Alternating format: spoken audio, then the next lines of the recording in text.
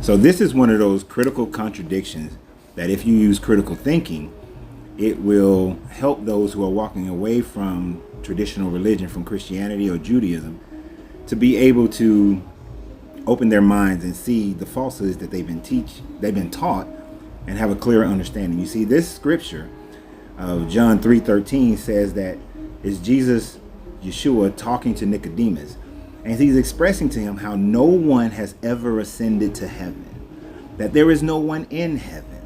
And I know this is going to hurt some people's feelings, because we want to think of our loved ones that after they leave here, because the Bible tells you once you're absent from the body, you're present with the Lord. But Yeshua, the one you believe in, is saying that no one has ever ascended to heaven, that only the Son, who came down from heaven. Now, many Christian apologists will say that, well, what he really meant was, of course, putting words and meanings into his mouth, will say that, oh, well, he's saying that no one has ever ascended to heaven and come back and be able to uplift the world in the way that Yeshua is supposedly had done.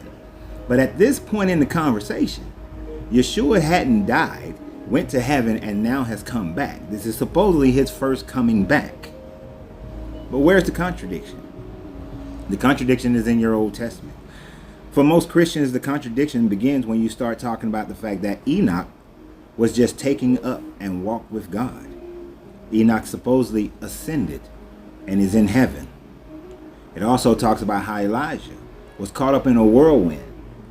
And the word that's there, the Hebrew word, actually means either caught up in a whirlwind to the heavens or in the abode of God. So how can Jesus say that no one has ascended to heaven when the Old Testament clearly shows that at least two people have? Now, if you was Jewish, there are other people who also have ascended to heaven, according to the Jewish.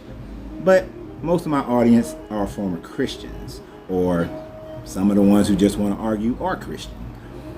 So which is it? Is Jesus lying, or is your Old Testament God lying? Where do we find the synchronicity in this? There isn't one.